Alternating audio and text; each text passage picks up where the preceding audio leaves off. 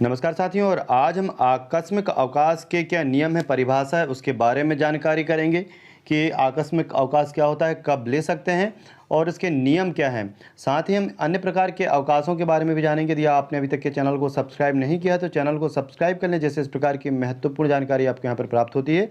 तो आप यहाँ पर देख सकते हैं कि जो सुविधा हैंडबुक है, जहाँ पर मध्य प्रदेश के नियमावली दी होती है, तो वहाँ पर हम आकस्मिक अवकाश की जो जानकारी उसको देखते हैं और मध्य प्रदेश जो नियम हैं अवकाश के उनको भी हम देखेंगे। तो यहाँ पर देखें आप, सामान्य में जो लिखा है कि तकनीकी दृष्टि से आकस्मिक अवकाश को अवकाश नहीं माना गया है, क्योंकि इस अवकाश के दौरान कर्मचारी कर्तव्य पर ही रहता है तथा ड्यूटी वेतन प्राप्त करता है। तो जो आकस्मिक अवकाश होता है उसका वेतन कर्मचारी को प्राप्त होता है, इसलिए उसको आकस्मिक अवकाश की दृष्टि से अवकाश नहीं माना गया है, यानी कि उस समय कर्मचारी जो है वो अपने कर्तव्य पर ही माना गया है। इसके बाद आकस्मिक अवकाश जो है, एक कैलेंडर वर्ष में 13 दिन का आकस्मिक अवकाश दे है।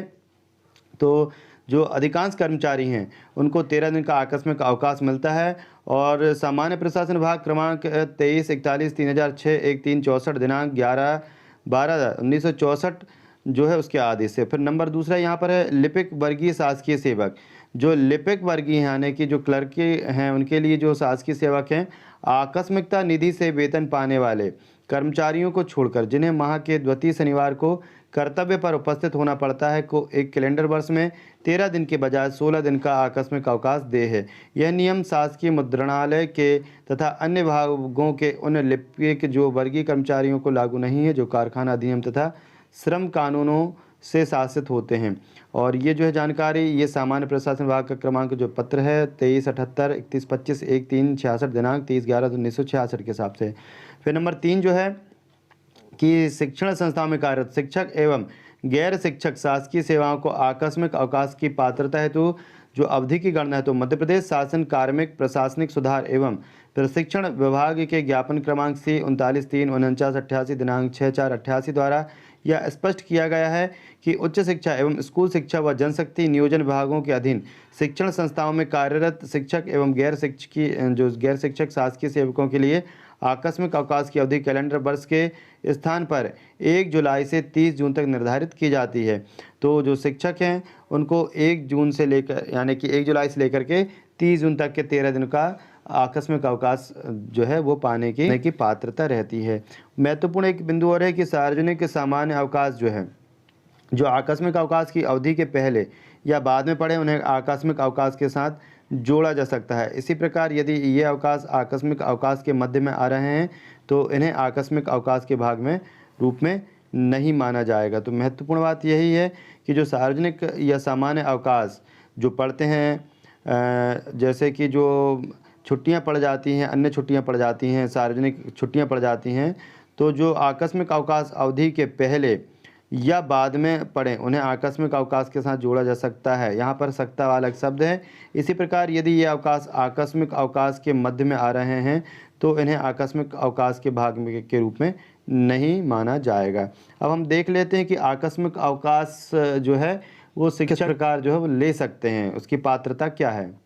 तो जो मध्य प्रदेश सिविल सेवा अवकाश नियम 1977 है, उसके अनुसार जो नियम यहाँ पर दिए गए हैं कि सामान्य अवकाश की मांग सदैव अधिकार के रूप में नहीं की जा सकती है। अवकाश स्वीकृत करने हेतु सक्षम प्राधिकारी जब कभी लोक सेवा हितार्थ ऐसा करना आवश्यक समझे किसी भी प्रकार की छुट्टी को अस्वीकार अथवा खंडित कर सकता है, यद्यपि उसे प्रार्थना की गई छुट्टी की प्रकृति बदलने का कोई अधिकार नहीं है। शासकीय सेवा का अवकाश पर प्रस्थान, कोई जो भी शासकीय सेवा के अवकाश आकस्मिक अवकाश अथवा अन्य पर प्रस्थान नहीं करेगा जब तक कि वह पहले स्वीकृत ना करा लिया जाए। तो जो यदि शासकीय कर्मचारी यदि कहीं बाहर जाना चाह रहा है, या वो चाहे आकस्मिक अवकाश हो चाहे कोई दूसरे अवकाश पर यदि बाहर जाना चाह रहा है, तो उसे पहले स्वीकृत करवाना आवश्यक है। परंतु आपातकालीन स्थितियों में, अब यहाँ पर एक बहुत विशेष बात लिखी हुई है, इससे ध्यान देने योग्य है कि आपातकालीन स्थितियों में स्वीकृतकर्ता प्राधिकारी कारण दर्शाते हुए व्यतीत किए गए अवकाश को भूतलक्षी प्रभाव से स्वीकृत कर सकता है। तो जो आकस्मिक अवकाश का जो अर्थ होता है वो अचानक लिया गया हुआ अवकाश होता है,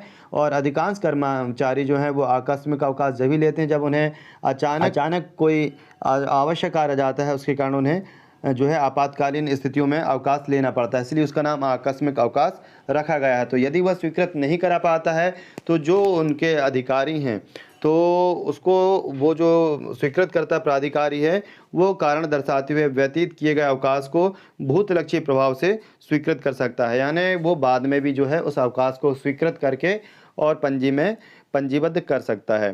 तो एक अवकाश नियम और हम यहाँ पर देख लें कि अवकाश की एक समय में अधिकतम सीमा जो है, किसी भी शासकीय कर्मचारी को लगातार 5 वर्ष से अधिक समय का अवकाश स्वीकृत नहीं किया जा सकता है। असाधारण यदि स्थितियाँ तो वहाँ पर राज्यपाल ही अन्यथा कोई निर्णय ले सकता है।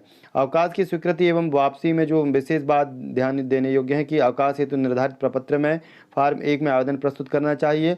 अस्वस्थता के अतिरिक्त अन्य आधार पर 3 सप्ताह पूर्व आवेदन प्रस्तुत करना चाहिए। प्रत्येक शासकीय कर्मचारी का अवकाश लेखा फॉर्म 2 में संधारित करके रखना चाहिए। कोई भी अवकाश उस समय तक स्वीकृत नहीं किया जाएगा जब तक कि सक्षम प्राधिकारी से पात्रता के संबंध में प्रतिवेदन प्राप्त न हो। और फिर इस प्रकार हमने यहाँ पर आकस्मिक अवकाश देखा है कि आकस्मिक अवकाश जो है वो अचानक लिया गया अवकाश होता है। यदि कर्मचारी किसी कारणवश उसको स्वीकृत नहीं करा पाया है तो जो यहाँ पर ये जो ऑप्शन दिया हुआ है यहाँ पर कि जो स्वीकृतकर्ता प्राधिकारी है वो कारण दर्शाते हुए व्यतीत किए गए अवकाश को भूतलक्षी प्रभाव से स्वीकृत कर सकता है, क्योंकि कई बार ऐसी स्थिति आ जाती हैं कि जो कर्मचारी है वो अवकाश स्वीकृत नहीं करा पाता है और केवल जानकारी भेज देता है अपने जो भी उसका कार्यालय है कि भाई अमुक दिन जो है वो आकस्मिक अवकाश पर रहेगा। तो अभी कुछ समस्याएं ऐसी आ रही हैं कि कुछ शिक्षकों को ऐसे नोटिस दिए गए हैं और वहां पर उनको जो आकस्मिक अवकाश के आवेदन रखे होने के बावजूद भी उनकी जो वेतन वृद्धि रोक दी गई है। तो शिक्षकों का यहाँ पर कहना है, शिक्षकों ने कहा है कि यदि इस प्रकार की कोई कार्यवाही होती तो वहाँ पर उस दिन का वेतन उसका जो है उसको काट दिया जाए, लेकिन यदि 2 वेतन वृद्धि रोकी जाती हैं तो इससे शिक्षकों को काफ़ी मानसिक प्रताड़ना होगी, क्योंकि कोई भी आकस्मिक अवकाश जो है आकस्मिक परिस्थितियों के कारण ही लिया जाता है। तो आपके जो भी विचार हैं कमेंट बॉक्स में ज़रूर लिखें, वीडियो को शेयर ज़रूर करें जिससे अधिक से अधिक कर्मचारियों तक महत्वपूर्ण जानकारी पहुँचती है। और अभी तक यदि चैनल को सब्सक्राइब नहीं किया है तो चैनल को सब्सक्राइब कर लें, जिससे इस प्रकार की महत्वपूर्ण जानकारी आपको यहाँ मिलेगी और आगे भी आने वाले जितने भी जो अवकाश होते हैं कर्मचारियों के वो उसके बारे में जानकारी यहाँ पर आपको प्रदान की जाएगी। धन्यवाद।